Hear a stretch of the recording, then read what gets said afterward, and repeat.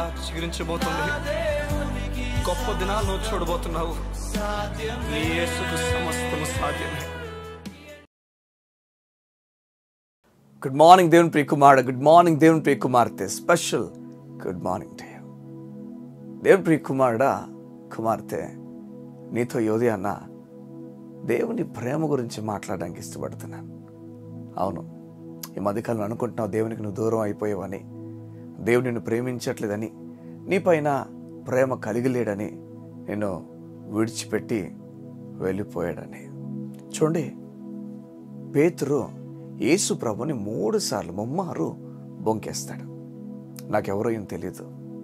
3.5 సంవత్సరాలు ఆయనతో ఉండి 3 సార్లు తెలీదని ఎంత బాగా చెప్పేశాడా. ఇలా బొంకేసిన వాడు, ఇలాంటి ఒక వ్యక్తికి యజమానుడు ఉంటే ఆ యజమానుడు ఎలా రియాక్ట్ అవుతాడు చెప్పండి, ఎలాంటి మాట్లాడతాడు చెప్పండి. వీడు ఎలాంటి వాడు వచ్చాడా, వీడిని మనం తీసుకోకూడదా, ఇలాంటి వాడిని తీసుకుంటే మనకే కదా నష్టం. అవును, ఒక యజమానుడు ఈ విధంగా మాట్లాడతాడు. అవును, వారి కుటుంబాన్ని ఇబ్బంది పడిపోతుందేమో, వారు కంపెనీ ఇబ్బంది పడిపోతుందేమో, లేకపోతే వారు పనిచేస్తున్న చోట ఇబ్బంది పడిపోతారేమో అని చెప్పి ఇలాంటి ఒక వ్యక్తి లోపల తీసుకోవడానికి ఇష్టపడరు. చూడండి, ఎవరైతే 3.5 సంవత్సరాలు ప్రేమగా చూసుకున్నాడో, ఎవరైతే ప్రేమతో ఆప్యాయతతో దగ్గర తీసుకున్నాడో, ఆ దేవుడిని, ఆ యేసయ్యను నాకు ఈయన ఎవరో తెలియదని చెప్పేశాడు. కారణం, చచ్చిపోతున్నాడు కదా, ఇంకా ఉండడు కదా, వినడేమో, తెలియదులే అనుకో. నేను చెప్తాను ఒక మాట, నీ జీవితంలో నువ్వు దూరంగా వెళ్ళిపోయి, నువ్వు దేవుడినే తెలియదని దేవుడిని పక్కన పెట్టేసిన వాడినప్పటికీ, నువ్వు ఆయన వద్దనుకొని నీ జీవితంలో ఆయన పేరు రాసి నువ్వు దాన్ని ఇంటూ చేసేసినప్పటికీ, నేను చెప్తున్నాను, నీ పేరును మాత్రం నీ పేరును మాత్రం తన అరచేతుల్లో చెక్కుకుంటున్నాడు. నీ పేరును మాత్రం దాచుచున్నాడు. నేను చాలా చాలా ఇష్టపడుతున్నాడు.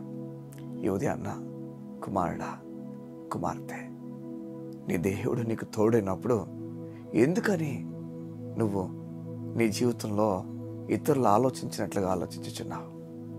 ఈ లోకము పాపములో ఆనందం వెతుక్కుంటుంది. పాపంలో ఆనందం లేదు, పాపంలో డిస్ట్రక్షన్, నాశనం ఉన్నదే. నిన్ను దేవుడు కోరుతున్నాడు. నీవు ఆనందం కలిగిన వ్యక్తిగా వెళ్ళాలంటే దేవుని మాట వైపు రావడానికి ఇష్టపడు. చూడండి, పేతురు అంత బొంకేసిన తర్వాత, ఇష్టాసారంగా మాట్లాడేసిన తర్వాత, మరుసటి రోజున లేకపోతే 3 రోజుల తర్వాత యేసు లెగిచిన తర్వాత బైబిల్ చెప్తుంది, చాలామందిని యేసయ్య కలిశారు. అయితే ఆ కలిసిన వారిలో అందరి పేర్లు రాయబడ్డాయి, కానీ పేతురుని కలిసిన సన్నివేశాన్ని దేవుడు రాయలేదు, కానీ కలిసినట్లుగా మాత్రమే రాశాడు. దాన్ని చాలా సీక్రెట్గా ఉంచేశాడు, పక్కకు తీశాడు, కానీ కలిసిన విషయాన్ని రాయలేదు. ప్రాబ్లీ వారు కలిసి ఒకరినొకరు చూసుకొని ఈ హేడ్చుకొని ఉండిపోయారేమో. వారి మధ్యలో ప్రేమను ఆ విధంగా ఉంచేశాడు. ఓ మాట నేను చెప్తున్నాను ఈ ఉదయాన్న, నువ్వు యేసయ్యనే నాకు వద్దు అనుకొని నువ్వు వెనక్కి వెళ్ళిపోయిన వ్యక్తివేమో, ఆయన పేరును చింపేసిన వాడేమో, లేదా బైబిల్ చింపేసిన వాడేమో, ఇష్టాసారంగా నువ్వు ప్రవర్తించిన వాడేమో నీ జీవితంలో. అయినప్పటికీ యేసయ్య నిన్ను ప్రేమించుచున్నాడు. అయినప్పటికీ నీ దేవుడు నిన్ను ప్రేమించుచున్నాడు. అవును, నిజంగా నిన్ను ప్రేమించుచున్నాడు. నేను వెనక్కి పిలుస్తున్నాడు. రా, ఈ తాగుడు వ్యసనం నుంచి, ఈ చెడు అలవాట్ల నుంచి, ఈ బెట్టింగ్ విషయాల నుంచి, ఈ జీవితపు విషయాలన్నిటి నుంచి తప్పించబడి యేసయ్య కోసం నిలబడతావా?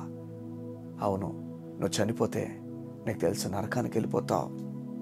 ఈ లోకంలో బ్రతుకు కొంతకాలమే, ఆ తర్వాత లైఫ్ని నువ్వు డిసైడ్ చేయలేవు. ఆ లైఫ్ ఏమవబోతుందో అక్కడ నువ్వు చెప్పలేవు. ఈ లోకంలో మాత్రం నువ్వు డిసైడ్ చేయగలవు ఏంటి ఆ జీవితం అనేది. ఇక్కడ యేసు కోసం నిలబడితే అక్కడ పరలోక రాజ్యంలో యేసుతో పాటు నువ్వు ఉండబోతున్నావు.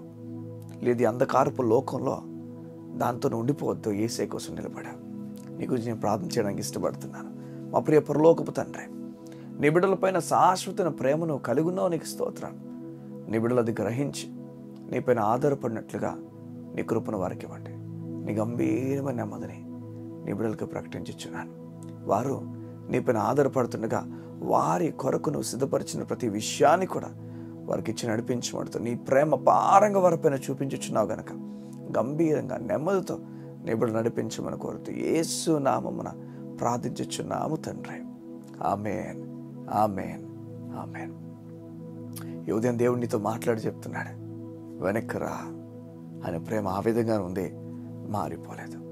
చూడు, బొంకేసి ఇష్టాసారంగా మాట్లాడేసిన వాడు మన ఎదుటే ఉన్నాడు, మనకు కనిపిస్తున్నాడు. దేవుని లేఖనాలు రాయబడ్డాయి.